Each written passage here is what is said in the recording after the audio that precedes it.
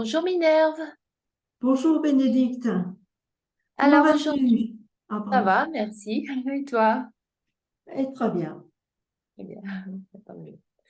Alors aujourd'hui, je te propose que tu nous expliques en quoi consiste ton activité d'hypnothérapeute. Alors, cette activité d'hypnothérapeute, euh, quand on consulte un hypnothérapeute, ça permet de comprendre les blocages, de comprendre l'origine de nos difficultés et de pouvoir y remédier, d'avancer plus sereinement dans la vie. Parce que en séance, on dialogue avec l'inconscient. Et la plupart des problèmes trouvent alors des solutions simples, naturelles, auxquelles on n'avait pas pensé auparavant. Est-ce que tu peux nous expliquer comment se déroule une séance, s'il te plaît? Alors, une séance se compose d'abord d'exercices simples, respiration, mouvement oculaire, nettoyage énergétique. Et puis, après, c'est là qu'apparaissent, à la conscience de la personne, des images, des scénarios, et on travaille dessus. Et tout cela apporte des éclairages, des compréhensions nouvelles. Et c'est là que vont pouvoir intervenir les changements. Voilà. Alors, quand l'hypnothérapie est-elle utile? Alors, l'hypnothérapie est très utile quand on est seul et qu'on ne parvient pas à changer certaines situations dans notre vie. Travailler en partenariat avec l'inconscient, ça libère les blocages. Ça permet le changement de comportement, comme arrêter le tabac, arrêter le grignotage, ou même prendre du plaisir dans les apprentissages, que ce soit à l'école, que ce soit pour passer le permis de conduire, que ce soit pour apprendre un métier. D'accord. Est-ce que tu as des exemples de demandes de clients en particulier? Euh, oui, il y en a plein. Euh, donc, des personnes qui grignotent, il y en a énormément. Des personnes qui souhaitent arrêter de fumer. Et oui, alors j'ai un exemple assez surprenant, assez fantastique, je dirais. Une personne qui voulait arrêter de fumer alors qu'elle fumait, je n'arrive plus à me rappeler du nombre de cigarettes qu'elle se roulait tous les jours, et y compris la nuit, elle se levait pour fumer. Et ben, on a fait la séance. À la fin de la séance, elle m'a dit, puis-je vous laisser mes 2 paquets de tabac? Oui. Et avec un visage radieux, extraordinaire. Et en une séance, malgré un tabagisme incroyable, c'était fini. Hmm. Elle n'a plus jamais touché une seule cigarette, que ce soit une cigarette du commerce ou une cigarette qu'elle aurait pu se rouler elle-même.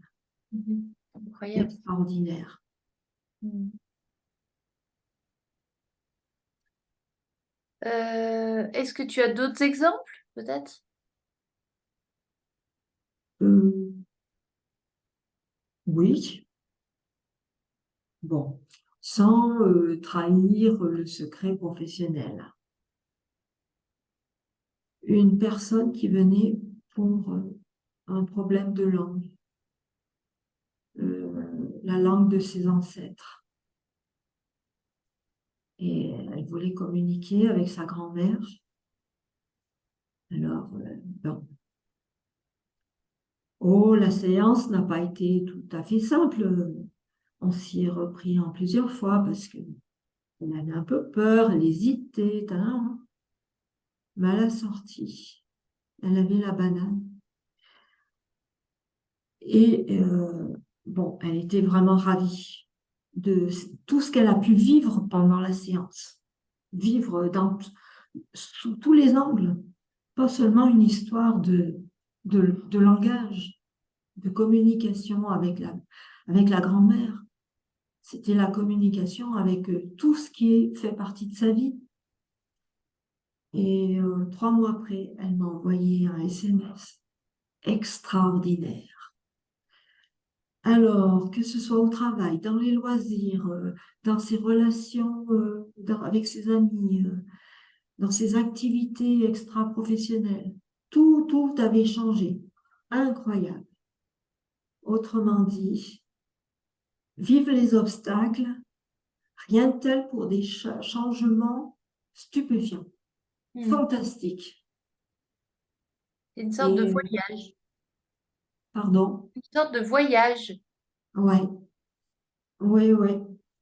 Une vie transformée. Ça, c'est des exemples qui marquent.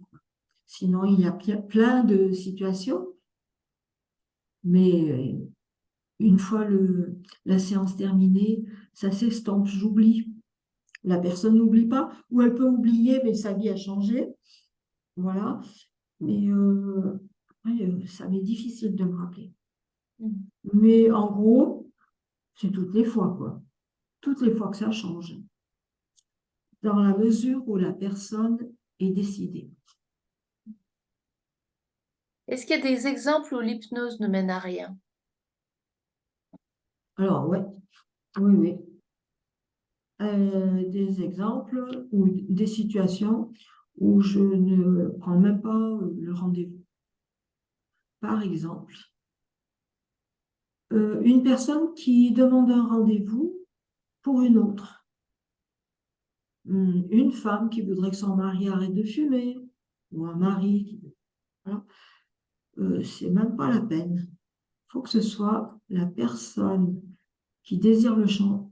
Il faut désirer le changement pour soi-même et prendre le rendez-vous pour soi-même. Mhm. Et là, ça marche. Bon, après, dans certaines situations, il faut plusieurs rendez-vous